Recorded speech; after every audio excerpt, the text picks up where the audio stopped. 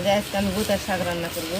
প্রথমে হলে শাক দিয়ে দিলাম, সিদ্ধ করে পরে ঢেলে ঢেলে দেবো।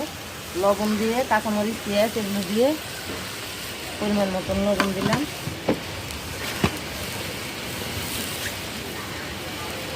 একটু কাঁচামরিচও দিলাম, পেঁয়াজও দিলাম। শাক রান্না করা অনেক সহজ। শাক আগে সিদ্ধ করা হয়ে যায়, তারপরে ঢেলে তেল দেবো। বেশি করে রসুন দিয়ে শাক যদি তেলে দেওয়া যায় তাহলে খুব টেস্ট হয় খাইতে। এই দেখো শাক সিদ্ধ হয়ে গেল, কিন্তু দেখো জালি শাক তো কত পানি বের হয়েছে, ওই জন্য ভুলেও টাটকা শাকে জালি শাকে পানি দেওয়া যাবে না। শাক রান্নার এটাই একটা পানি দিলে অনেক পানি বের হয়ে যাবে, পানি মরবে না শাক। এই যে শাক সিদ্ধ করা হয়ে গেল, পানি একদম শুকিয়ে নিলাম আমি। এখন ঢেলে তেল দেবো, শাকগুলো আগে তুলে নিই। এই দেখেন কড়ার মধ্যে আমি পেঁয়াজ কাঁচামরিচ আর রসুন একটু বেশি বেশি করে দিয়ে দিয়েছি।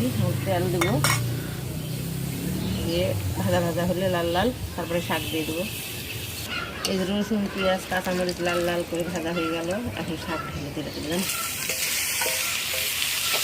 যত বেশি রসুন দেওয়া যায় শাকটা খেতে তত বেশি স্বাদ হয়। সুন্দর